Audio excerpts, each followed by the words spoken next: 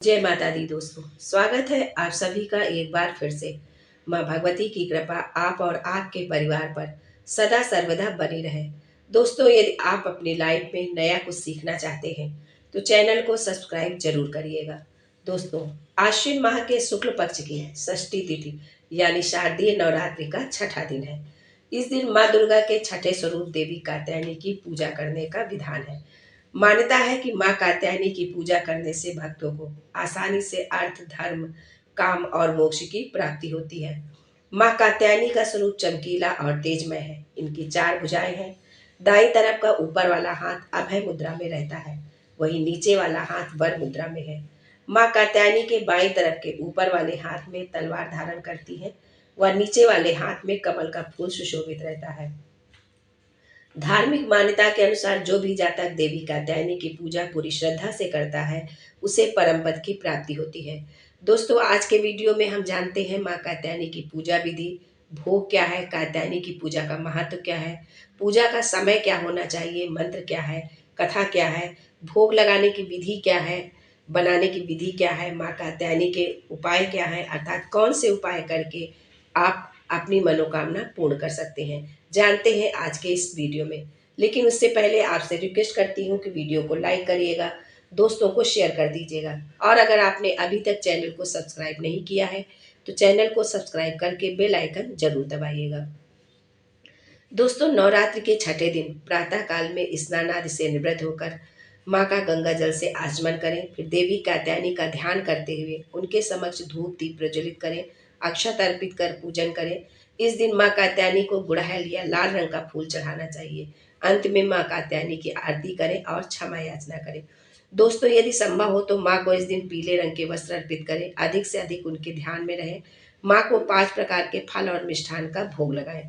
माँ कात्यायनी को शहद अवश्य अर्पित करें। दोस्तों, अब आगे जानते हैं माँ की पूजा का महत्व क्या है। धार्मिक मान्यताओं के अनुसार माँ कात्यायनी की पूजा अर्चना करने से विवाह में आ रही परेशानियां दूर हो जाती हैं। माँ कात्यायनी की पूजा करने से कुंडली में बृहस्पति मजबूत होता है। कात्यायनी को शहद का भोग लगाने से सुंदर रूप की प्राप्ति होती है। माँ कात्यायनी की विधि विधान से पूजा अर्चना करने से सकारात्मक ऊर्जा प्राप्त होती है, शत्रुओं का भय समाप्त हो जाता है। उनकी कृपा से संबंधित स्वास्थ्य से संबंधित जितनी भी समस्याएं हैं उनसे छुटकारा मिल जाता है। धार्मिक मान्यताओं के अनुसार माँ कात्यायनी की पूजा शाम के समय गोधूली बेला में करनी चाहिए। माँ कात्यायनी का मंत्र इस प्रकार है: ओम देवी कात्यायनाय नमः। स्तुति मंत्र है: या देवी सर्वभूतेषु माँ कात्यायनी रूपेण संस्थिता नमस्तस्यै नमस्तस्यै नमस्तस्यै नमो नमः। मंत्र एक बार पुनः सुने। ओम देवी कात्यायनाय नमः। स्तुति मंत्र है: या देवी सर्वभूतेषु माँ कात्यायनी रूपेण संस्थिता नमस्तस्यै नमस्तस्यै नमस्तस्यै नमो नमः। कथा इस प्रकार है माँ कात्यायनी की। कात्य गोत्र में विश्व प्रसिद्ध महर्षि कात्यायन ने भगवती पराम्बा की उपासना की, कठिन तपस्या की। उनकी इच्छा थी कि उन्हें पुत्री प्राप्त हो।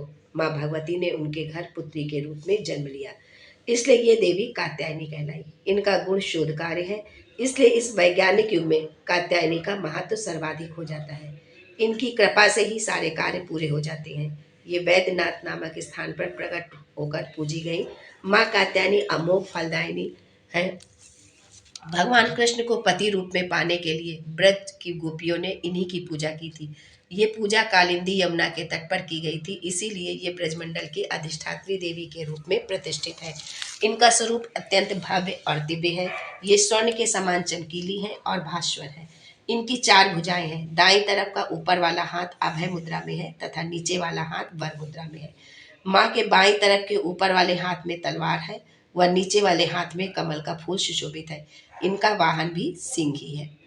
इनकी उपासना और आराधना से भक्तों को आसानी से अर्थ, धर्म, काम और मोक्ष चारों फलों की प्राप्ति होती है। भक्तों के रोग, शोक, संताप और भय नष्ट हो जाते हैं। जन्मों के समस्त पाप भी नष्ट हो जाते हैं। इसलिए कहा जाता है कि इस देवी की उपासना करने से परम पद की प्राप्ति होती है। दोस्तों, माँ को मीठे और पीले भोग पसंद है, इसलिए इस बार उनको सूजी से बना शहद वाले हलवे का भोग लगाइए। इसके लिए एक कढ़ाई में सूजी को देशी घी में भून लीजिए। एक बर्तन में पानी उबालिए और थोड़े से काजू, किशमिश और चिरौंजी डालिए। जब पानी उबलने लगे तो इसमें भुनी हुई सूजी मिलाइए, चीनी की जगह शहद मिलाइए और हलवा तैयार कर लीजिए। अब थोड़ी सी इलायची को पीसकर इसमें मिलाइए ताकि सुगंध आ सके।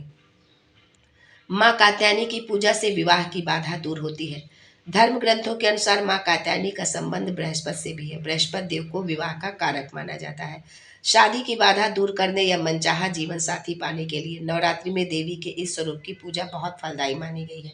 छठवें दिन योग युवती शाम के वक्त शुभ मुहूर्त में स्नान करने के बाद पीले वस्त्र धारण करें। कुमकुम, रोली, अक्षत, हल्दी की गांठ शहद देवी को अर्पित करें।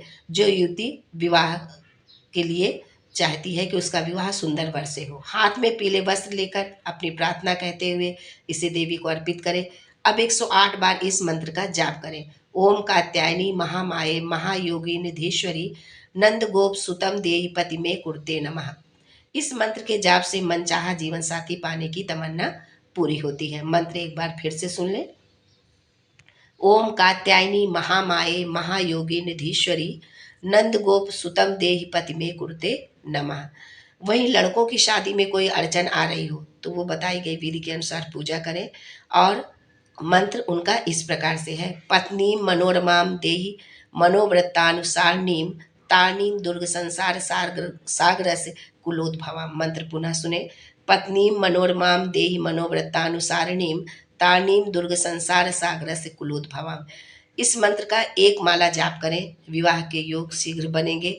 आज के लिए बस इतना ही दोस्तों, मिलते हैं अगले वीडियो में एक नई जानकारी के साथ।